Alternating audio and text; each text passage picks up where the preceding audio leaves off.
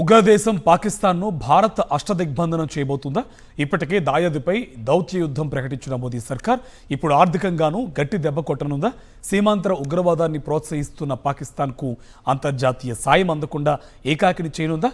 ఢిల్లీలో జరుగుతున్న తాజా పరిణామాలను పరిశీలిస్తుంటే అవుననే సమాధానమే వస్తుంది అంటున్నారు విదేశాంగ రక్షణ రంగ నిపుణులు. పాక్కు బలంగా గుణపాఠం చెప్పే దిశగా కేంద్రం సంచలన నిర్ణయాలు తీసుకునే అవకాశం ఉందంటున్నారు. ఢిల్లీలో ప్రధాని నరేంద్ర మోదీ అధ్యక్షతన సూపర్ కేబినెట్ భేటీ అయింది. రాజకీయ వ్యవహారాల కేబినెట్ కమిటీ సమావేశం నిర్వహిస్తున్నారు ప్రధాని మోదీ. కేబినెట్ కమిటీల్లోనే అత్యంత శక్తివంతమైనదిగా సీసీపీఏను పరిగణిస్తారు. రాజ్నాథ్ సింగ్, అమిత్ షా, నితిన్ గడ్కరీ, నిర్మలా సీతారామన్, పీయూష్ గోయల్, జేపీ నడ్డా సహా పలువురు కేబినెట్ మంత్రులు ఇందులో సభ్యులుగా ఉంటారు. జాతీయ వ్యవహారాలకు సంబంధించిన అత్యంత కీలక నిర్ణయాలు ఈ కమిటీ తీసుకుంటుంది.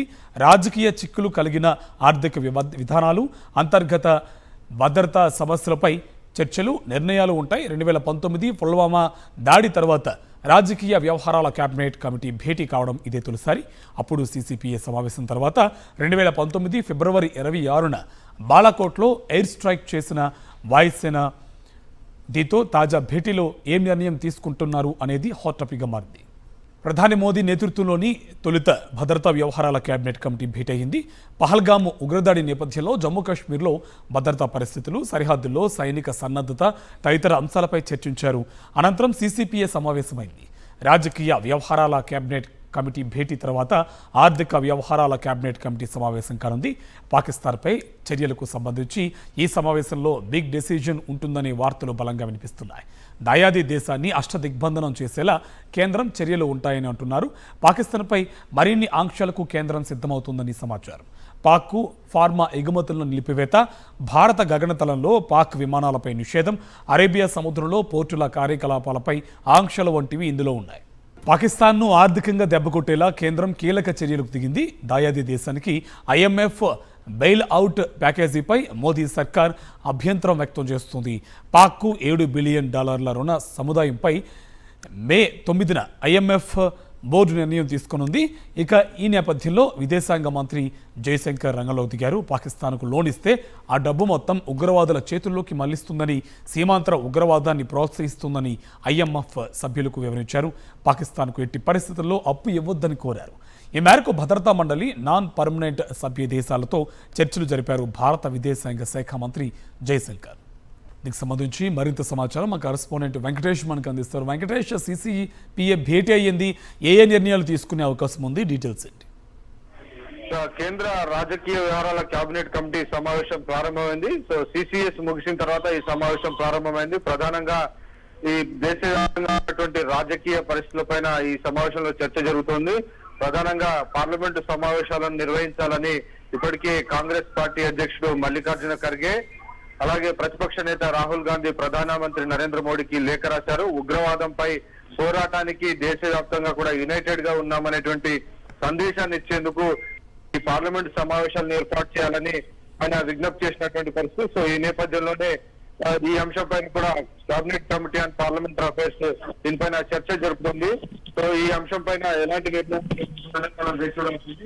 ఇంకోవైపు ప్రపంచవ్యాప్తంగా ఉన్నటువంటి పొలిటికల్ సిచ్యువేషన్ కూడా ఈ కేబినెట్ సమావేశంలో నిర్ణయించినారు. ఏ దేశం ఎక్కడ మద్దతు పలుకునేకి సంబంధించినటువంటి అంశాలన్నింటి కూడా చర్చ జరుపుతున్నటువంటి పరిస్థితి ఇప్పటికే మనం చూసాం. చైనా మినహా మిగిలినటువంటి అన్ని దేశాలు కూడా భారత్ తీసుకున్నటువంటి చర్యలన్నింటి కూడా తాము మద్దతు ఇస్తామని చెప్పారు. ఎందుకంటే మొదటగా పాకిస్తాన్ నుంచి ఉగ్రవాదులు మన దేశంలో ఉన్నటువంటి టూరిస్టుల పైన దాడి చేసి అతి పాశవికంగా 26 మందిని చంపివేశారు. సో ఈ నేపథ్యంలో రైట్ టు రెస్పాండ్ కింద ఖచ్చితంగా మనల్ని సెల్ఫ్ డిఫెన్స్ లో భాగంగా మనం దాడి చేసేటువంటి అవకాశం, అధికారం అంతర్జాతీయ నిబంధనల మేరకు మనకు అవకాశం ఉంది. కాబట్టి ఆ మేరకు భారత్ కూడా ఖచ్చితంగా పాకిస్తాన్ కు, అలాగే పాకిస్తాన్ కేంద్రంగా పనిచేస్తున్నటువంటి ఉగ్రవాద స్థావరాలు, ఉగ్రవాద సంఘాలకు సంబంధించినటువంటి నాయకులపైన ప్రధానంగా లష్కర్ ఈ తోయిబా చీఫ్ హఫీజ్ సయీద్, అలాగే లఖ్వీ, వీరిద్దరూ పెద్ద ఎత్తున భారత్ కు వ్యతిరేకంగా ఉగ్రవాదాన్ని ఎగదోస్తున్నటువంటి నేపథ్యంలో వీరిని టార్గెట్ గా చేసి సైనిక చర్య జరిగేటువంటి అవకాశం ఉంది. సో ఆ నేపథ్యంలోనే ప్రపంచవ్యాప్తంగా తలెత్తుతున్నటువంటి రాజకీయ పరిణామాలన్నింటిని కూడా ఈ కేబినెట్ కమిటీ అసెస్ చేసి దానికి తగ్గట్టుగా ఎవరెవరితో ఇంకా డిప్లొమసీలో భాగంగా చర్చలు జరపాలి, ఈ అంశాలన్నిటిపైన కూడా కీలకంగా ఈ కేబినెట్ భేటీలో చర్చ జరుగుతుంది. సో అనంతరం cabinet committee on economic affairs జరగబోతుంది. సో ఇందులో ప్రధానంగా పాకిస్తాన్ ఆర్థికంగా వెన్ను విరిచే దిశగా నిర్ణయాలు తీసుకునేటువంటి అవకాశం ఉంది. ఇప్పటికే ఫార్మా ఎగుమతుల నిలిపివేతకు సంబంధించినటువంటి కొన్ని చర్యలు చేపట్టారు.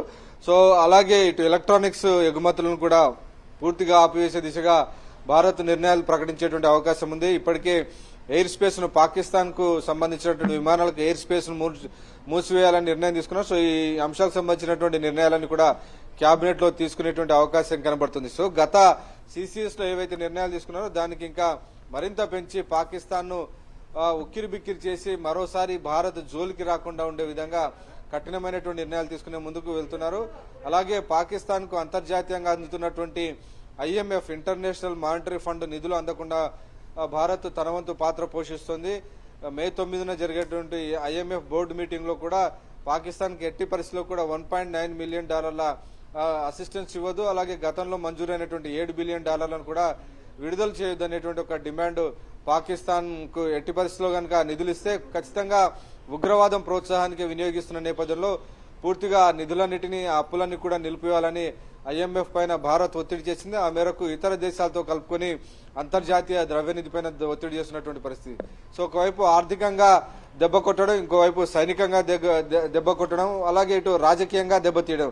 సో అంతర్జాతీయ సమాజంలో పాకిస్తాన్ ను ఏకాకి చేసేటువంటి చర్యలను తీసుకునే దిశగా కేంద్ర ప్రభుత్వము కీలకమైనటువంటి నిర్ణయాలు తీసుకుంటుంది. సో దానికి సంబంధించినటువంటి ఆ నిర్ణయాలకు సంబంధించినటువంటి వివరాలన్నీ కూడా కాసేపట్లో కేబినెట్ కు సంబంధించినటువంటి వివరాలన్నీ కూడా మంత్రులు బయట పెట్టేటువంటి అవకాశం కనబడుతుంది. సో వరుసగా CCS ముగిసింది, CCPA జరుగుతోంది, CCEA జరిగిన తర్వాత ఫుల్ కేబినెట్ సమావేశం జరిగి కొన్ని కీలక నిర్ణయాలను కూడా వెలువరించబోతున్నారు.